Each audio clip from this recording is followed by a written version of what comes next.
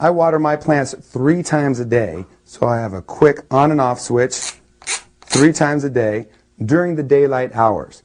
Timer goes into the wall. It's going to power the pump.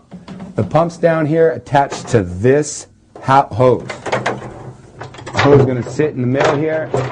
It's going to deliver the water to all 8 of these little spikes, which are going to give water to the plants.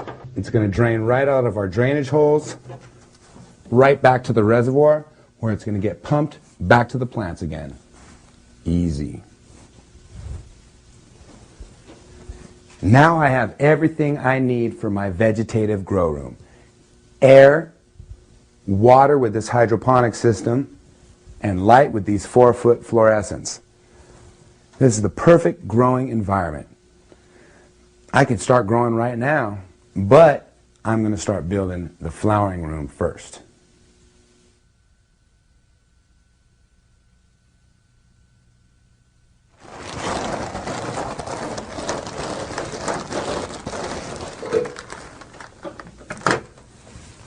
Now I'm going to begin construction of the flowering room. First, I'm going to need to bring in some electricity.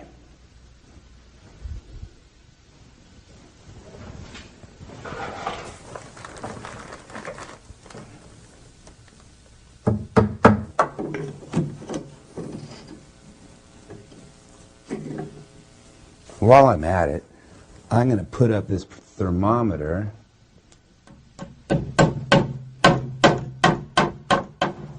right here, because temperature is so important. I always have to know what's going on. Anything above 95 degrees is deadly.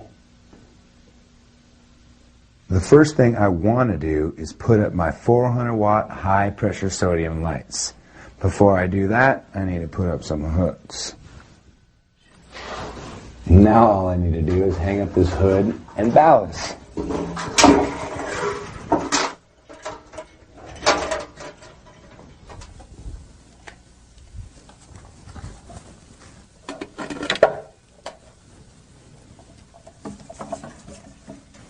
Now that my hood and my ballast are in place, I'm going to take this 430 watt high pressure sodium with blue spectrum, and I'm going to make sure that there's no fingerprint oil on the bulb. If there is, it'll burn the bulb out immediately, explode. Ugly. I'm going to come right up here and screw it in. Now all I have to do is plug in my 400 watt to this timer that I've set for 12 hours a day. I plug this bad boy into the wall. Let's give her some juice. Takes a minute to warm up. Because my flowering room is enclosed, I really need to focus on air movement. With the buds in here that I'm going to have, they can mold or fungus up in a matter of days if I don't have a lot of free moving air. So along with this oscillating fan, I also use a squirrel cage fan. Squirrel cages are great at pulling air.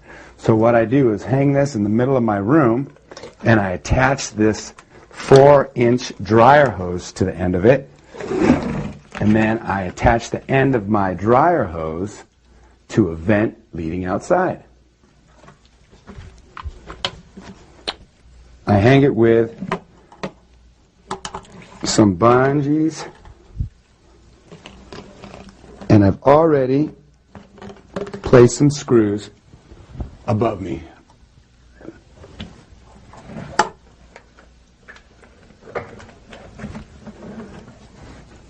It hangs that easy. I need to plug it in.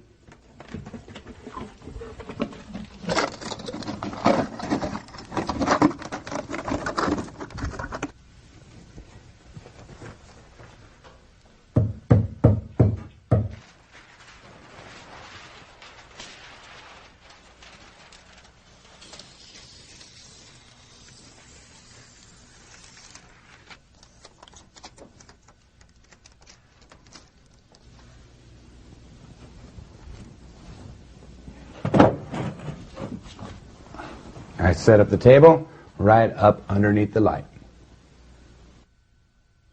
I've constructed a drip irrigation hydroponic system here in my vegetative grow room.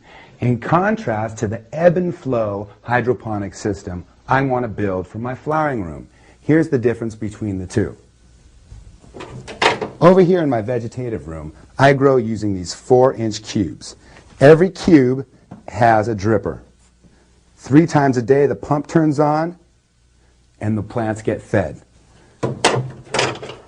In contrast to the ebb and flow system, which is a planter that is filled with water 3 times a day, the root bowl is inside these little orchid potting pellets, and the water is drained right back here into the reservoir. Now I'm going to put together my ebb and flow hydroponic system for my flowering room. I've got all the parts I need to put this thing and make it in tip-top working order.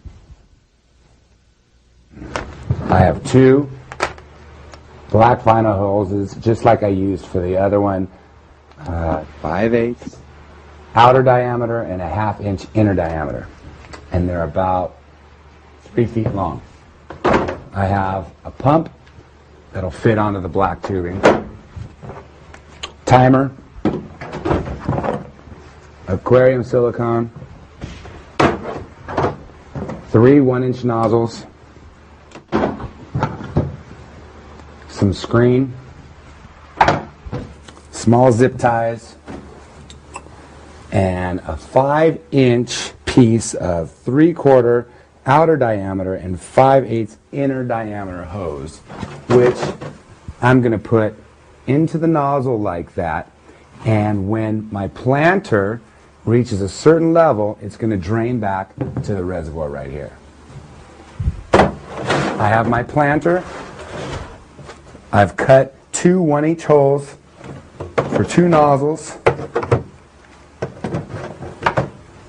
and I've also cut out 2 holes in my table so the nozzles will fit right in there, no problem. Clean potting rock pellets.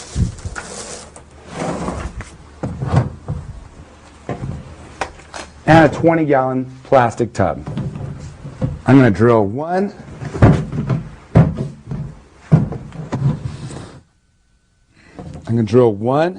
1-inch hole. I'm going to clean that off.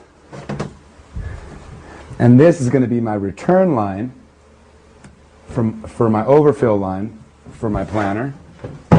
And then the other one's going to hook up to my pump, and it's going to pump it up. So now I'm just going to put her together. I'm loading the corners up with aquarium silicone, and I'm screwing in my 1-inch little nozzle.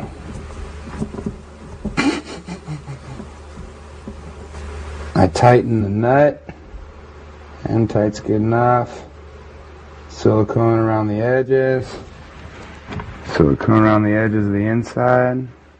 I drilled the hole at the bottom of the reservoir so that gravity will push water back down into this tank when it hits a certain level in the planter.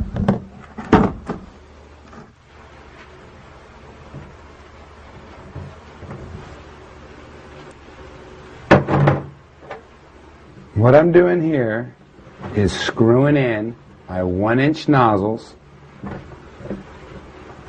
into my planter box. One hole is going to be my exit hole for water, and one hole is going to be my entrance hole for water